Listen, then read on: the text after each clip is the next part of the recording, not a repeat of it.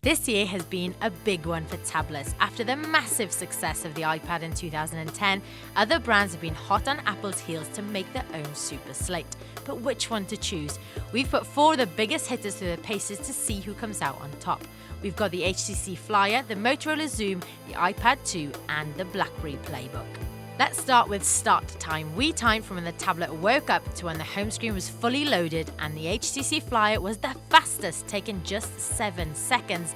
Next in line was the iPad with 1 minute 24 seconds, then the Playbook, and trailing behind with the slowest startup time was the Motorola Xoom, coming to life in a sluggish 1 minute 55 seconds. Then we had a look at browsing.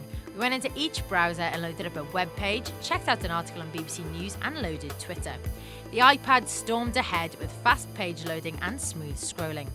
Orientation adapted easily and we really liked the Twitter app. From the others, swiping was a bit stuttery and the Android running Xoom was laggy at times, taking the longest to load a web page, coming in at 42 seconds. To test out the streaming capabilities, we had a look at the load time on YouTube. There was no buffer bar on the Playbook, so we couldn't see how long that took, but from the others, the Flyer and the Xoom took over 1.5 minutes to fully load the trailer, and the iPad again raced ahead with a speedy 14 seconds. Once we tapped play, all tablets streamed without interruptions and the picture quality looked great full screen. All tablets dealt really well with the racing games. The powerful processors made easy work of the fast graphics and bright cityscapes. Need for Speed Undercover comes ready loaded onto the Playbook, and so it's optimized for it. But we did have a few content loading problems. The Playbook's lack of buttons is a bit scary to start with, but it does have some really intuitive features like the swipe up to close apps. Plus the Kobo Book's in-house e-reader worked like a dream. The OS on the Android running devices look lots like their smartphone counterparts on a bigger screen, and both have added features to make use of the larger display.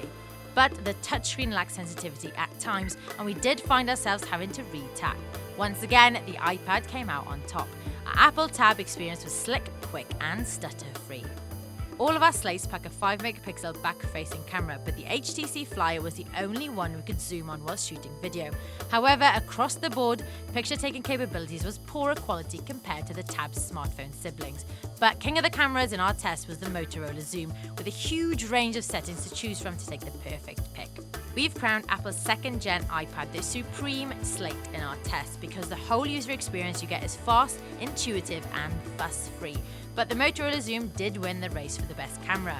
Both Android running devices were on the slow side loading web pages, and despite its multitasking, the Playbook lost out on the slow startup time.